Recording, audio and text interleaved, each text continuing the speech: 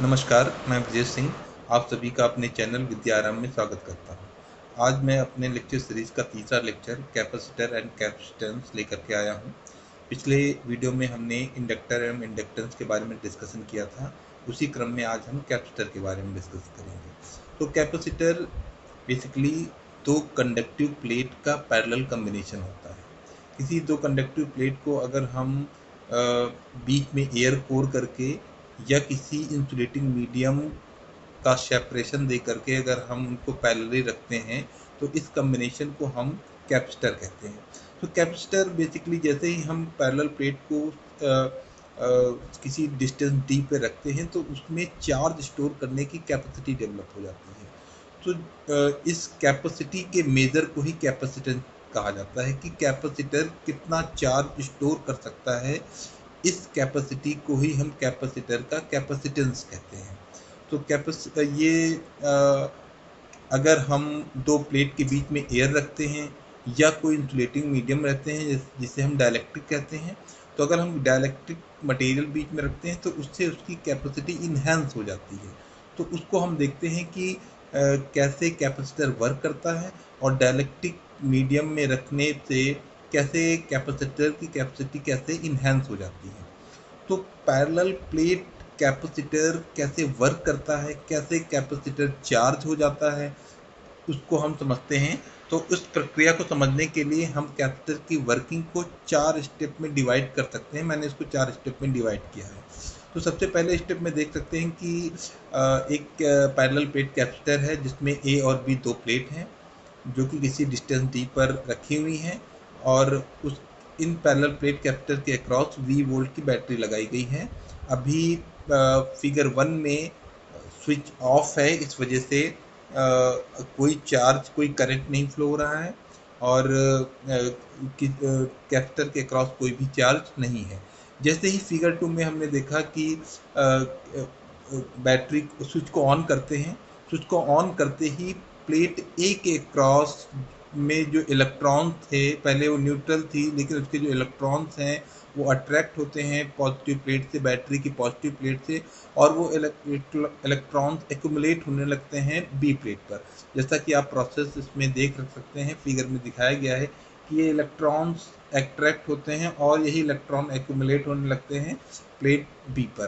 तो ये accumulation process continue रहता है, चलता रहता है जब तक कि कैपेसिटर के अक्रॉस का वोल्टेज बैटरी के वोल्टेज के इक्वल नहीं हो जाता। जैसे ही कैपेसिटर के अक्रॉस का वोल्टेज बैटरी के वोल्टेज के इक्वल हो जाता है, वैसे ही ये प्रक्रिया रुक जाती है और करंट फ्लो होना बंद हो जाती है। इसका मतलब क्या होता है कि कैपेसिटर बैटरी के वोल्टेज के इक्वल चार्ज हो चुका होता है और ये चार्ज एक्यूमुलेशन प्रोसेस रुक जाता है। अगर हम बैटरी का वोल्टेज बढ़ा देंगे तो कैपेसिटर में यही प्रोसेस फिर से शुरू हो जाएगा, ये एक्यूमुलेशन प्रोसेस फिर से शुरू होगा। तो ये जब तक वोल्टेज बढ़ता रहेगा ये प्रक्रिया बढ़ती रहेगी। तो ये प्रक्रिया तब रुकेगी जब कैपेसिटर का वोल्टेज बैटरी के वोल्टेज के इक्वल नहीं हो जाता।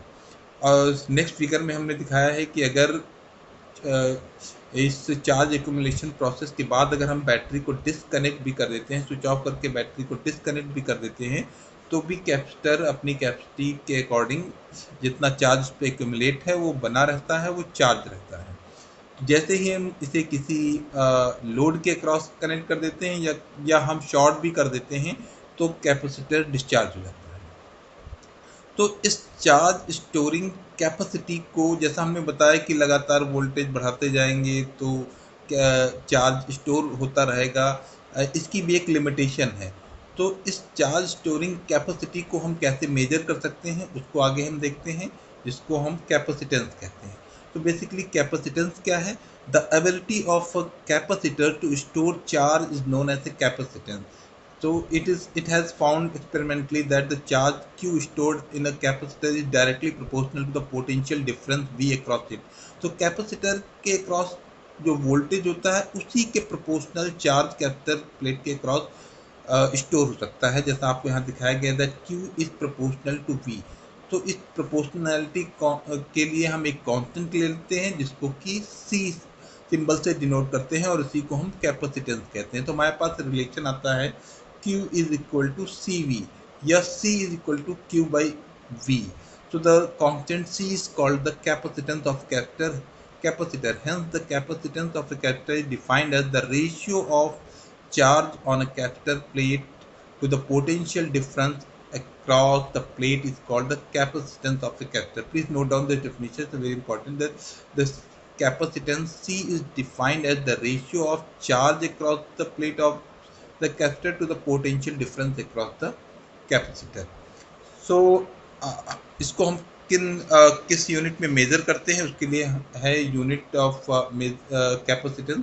सो इसी फॉर्मूले से हम कैपेसिटर की यूनिट निकाल सकते हैं C equal to Q by V। तो SI यूनिट कैपेसिटर की जो होती है वो कूलॉम होती है। इस फॉर्मूले से अगर हम देखें Q बाई V यानी कूलॉम पर वोल्ट यानी कैपेसिटर की यूनिट हो सकती है कूलॉम पर वोल्ट। तो इसकी यूनिट कूलॉम पर वोल्ट या इसको हम फैराडे भी कहते हैं। माइकल फैराडे के ऑनर में इसकी यूनिट कैपेसिटेंस की यूनिट को फैराड भी कहा जाता है।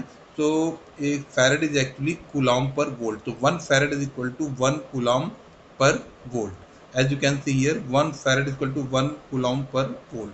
तो इसको भी हम डिफाइन कर सकते हैं that the capacitor is said to have a capacitance of 1 farad if a charge of 1 coulomb accumulate on each plate or when a potential difference of 1 volt is applied across the plate। तो अब देखते हैं कि capacitance या capacitor की जो capacity है वो किन किन फैक्टर पर डिपेंड करती है और उसको हम कैसे इंक्रीज कर सकते हैं या डिक्रीज कर सकते हैं। तो हमारे पास फॉर्मूला है that C is equal to Q by V और that C is also equal to epsilon A by D where epsilon is the dielectric constant and A is the cross sectional area of the plate and D is the distance between the plate। So from here you can see that C or the capacitance depend on the area of the plate। So from formula if area of the plate is more so it can hold more charge so the capacity of the capacitor will be more and it also depend on the thickness of the dielectric or the spacing between the dielectric।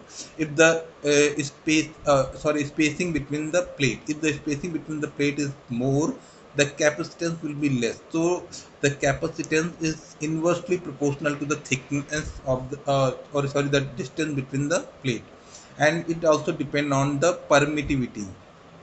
So the greater will be the permittivity of the dielectric material, greater will be the capacitance of the capacitor। So let us see how this dielectric material that is filled between the parallel plate is affecting the capacitance। If you put air or there is no any insulating material between the plate then the capacitance is C। If you put any dielectric material between the plate then the capacitance get increased। So if the capacitance get increased the capacitor can hold more charge।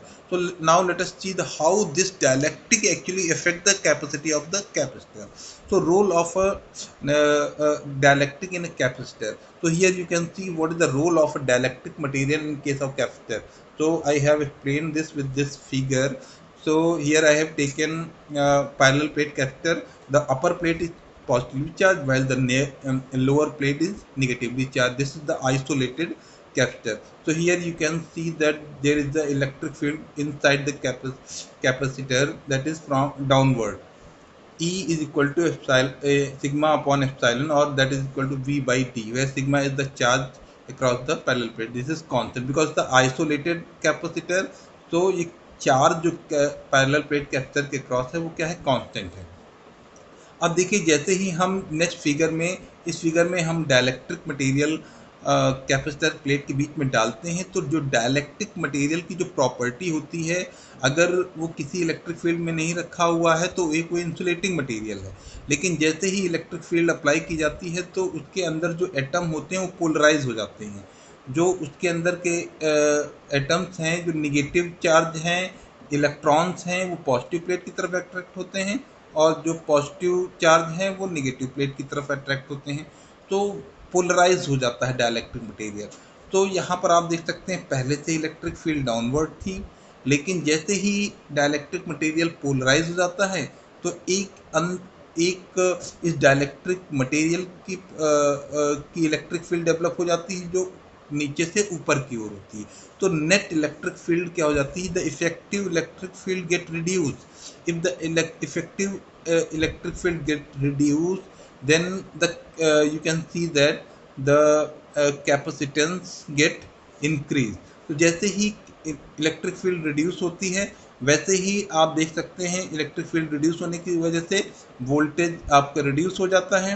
Voltage reduce होता है, जैसे ही voltage reduce होता है तो आप उसमें और charge store कर सकते हैं, यानी उसकी कैपेसिटी और बढ़ जाती है।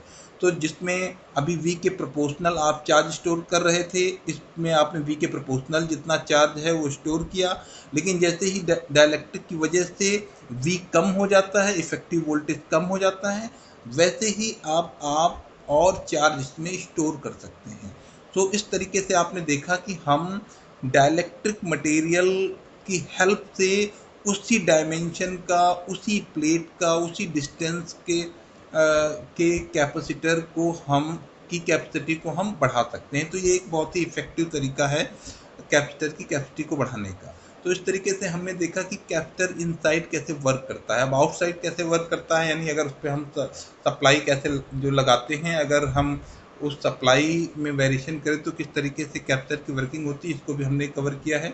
तो working of a capacitor in DC supply, आप देख सकते हैं कि अगर हम कैपेसिटर प्लेट के क्रॉस डीसी सप्लाई लगाते हैं तो कैपेसिटर में करंट फ्लो होती है, तब तक फ्लो होती है जब तक कि कैपेसिटर डीसी सप्लाई के इक्वल चार्ज नहीं हो जाता। तो इस फिगर में हम देख रहे हैं पहले फिगर में कि कैपेसिटर का वोल्टेज जब तक कि इक्वल नहीं हो जाता है अप्लाइड वोल्टेज के, तब तक उसमें करंट फ्लो होती रहती है। जैसे ही कैपेसिटर का वोल्टेज सप्लाई वोल्टेज के इक्वल होता है, करंट फ्लो होना बंद हो जाती है।